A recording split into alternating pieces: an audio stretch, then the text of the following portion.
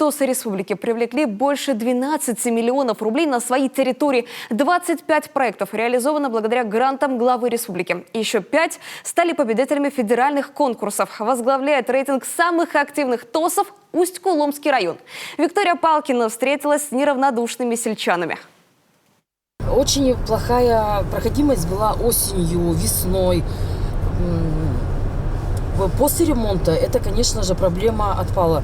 Но я бы сказала, что местами вот по противоположной дороге тоже надо ремонт сделать.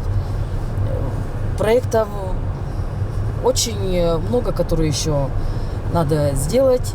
Председатель одного из самых активных ТОС Усть-Кулома Елена Гичева вдохновленно рассказывает о планах на будущее. За плечами активистов 7 реализованных проектов почти на 2 миллиона рублей. Начинали вот с этой приветственной стелы. В 2022-м установили тренажерный комплекс. Это опора наша, это активные граждане,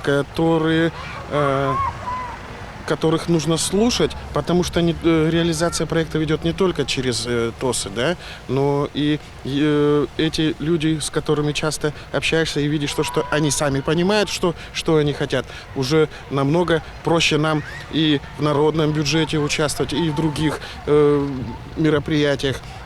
Ну и, естественно, где есть ТОС, особое внимание от администрации. В этом году в Усть-Куломском районе создали 2 новых ТОС. В небольших населенных пунктах Юготьяк и Смолянка. Новичкам есть на кого равняться. Только в 2022-м активисты привлекли в муниципалитет больше 3 миллионов рублей на реализацию 6 проектов.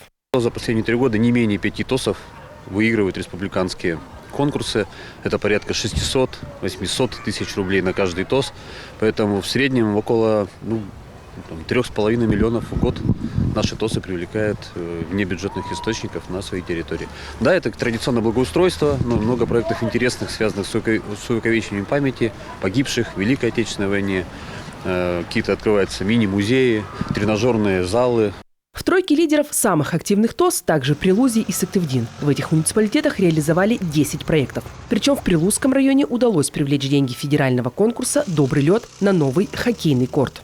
Сегодня очень многие муниципалитеты и граждане наконец-то убедились, они распробовали, что такое система ТОСов на вкус, как часто можно привлекать средства. И ведь некоторые ТОСы за последние несколько лет привлекли миллионы рублей. Поэтому система ТОС развивается, в ней становится все больше и больше людей, все больше и больше самих ТОСов. И муниципалы стали обсуждать развитие всей инфраструктуры ТОСов, не только отдельных по отдельности. Они стали задумываться о создании муниципальных ресурсных центров. А вот север республики пока отстает от южных коллег. На Удре и на Буктыле, к примеру, зарегистрировано минимальное количество ТОСов. И все же само движение территориального общественного самоуправления в регионе набирает темпы. В этом году появилось 15 новых ТОС. Виктория Палкина, Эдуард Фомичев, Роман Боровиков, телеканал Юрган.